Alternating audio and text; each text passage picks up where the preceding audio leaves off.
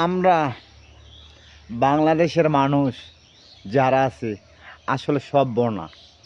যদি সভ্য হতাম তাহলে কিছুদিন আগে কুরবানি নিয়ে অনেক কথা হইতো। আর সেই বাংলাদেশের মানুষ আমাদেরকে একটা মহিষের নাম রাখছিল ট্রাম। সেই মহিষকে তারা কুরবানি দিবে। আসলে ভাই, মহিষকে কুরবানি দিতে পারে নাই। আমাদের 18 কোটি মানুষকে ট্রাম্প কুরবানি আমাদেরকে দিছে। ওই ট্রাম্পকে যদি কুরবানি দিত তাহলে 18 কোটি মানুষ আজকে আমাদেরকে ওই যে দূর থেকে মিসাইল মারত ট্রাম্প, সেই মহিষের জন্য এখন চিড়িয়াখানায় জায়গা দিছে আমাদের। এমন চোদনের নাম বাবাজি, যে চোদন দিতে জানে। শুধু মহিষের নাম তারা মাখাতে। আর বাংলাদেশে 17 কোটি মানুষ আমরা যে আছি, মানুষকে মানুষ মারা ফেলেই তার কোনো বিচার হয় না।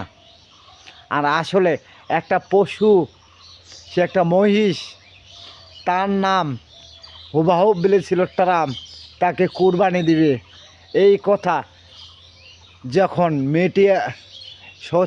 মিডিয়ার কাছে প্রচার হইল, তখন বাংলাদেশের এই যে 17 কোটি মুসলমান আছে, 18 কোটি মুসলমান আছে দাবি করে এই মহিষকে নিয়ে অনেক টোল করলো, একে কুরবানি দিবে। আজও কুরবানির ওই মাংসটুকুর তাদের মুখে উঠেনি ভাই। এখন কি করলো, তাকে এমন এক জায়গায় রাখা লাগলো, ওইটা মানুষেও ওই সুবিধা পায় না, এটা পায় একটা পশু। শুধু ট্রাম্প নামটি, তার নাম শুনে বাংলাদেশের মানুষের প্রতিটা ব্যক্তি জানতো, যারা অনলাইনে কাজ করে সবাই জানি একটা মহিষের নাম ট্রাম্প ছিল। আর আজকে তার জায়গা হচ্ছে ভাই চিড়িয়াখানায়। আসলে 17 কোটি মানুষ এটাকে দেখছে আর এটাকে নিয়ে হাসাহাসি করছে। এই হাসাহাসি এটা 17 কোটি মানুষকে জবাব ঠিক দূর থেকে দিছে ভাই। আপনারা বুঝলে বুঝবেন, না বুঝলে নাই, আমার কিছু করা থাকে না। আসলে 17 কোটি মানুষের ভিতরে অনেক মানুষ পরে অনেক মারা যায়, প্রতিবাদ করে না।